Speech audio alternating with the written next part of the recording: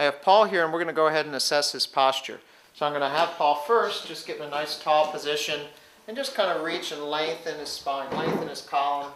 I'm going to have him pretend like he's got something on the back of his neck. You can put your hands back down and just kind of lengthen a little bit, from the back. And I'm going to go ahead and do a pull down test on Paul.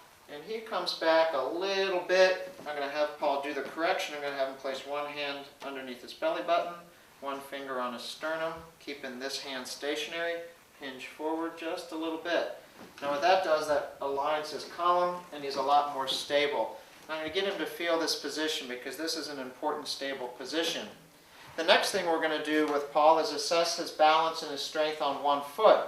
Running is a series of single-legged hops, and it's a high-impact sport. 3 times your body weight hits the ground on every step, and you have to stabilize your weight and get off the ground in about 0.15 seconds, 1,200 times a mile.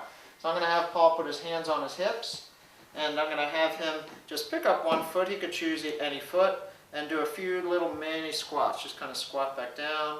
Now I'd be standing in front of Paul here and seeing what happens to his hips. See if his hip is dropping, see if his knee's caving in, see if he's kind of going off to the outside. Essentially assessing how strong he is there just standing on one foot.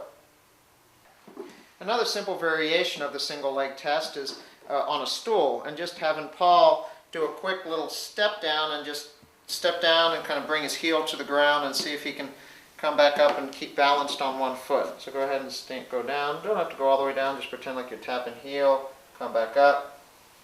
Do about 5 or 10 of those.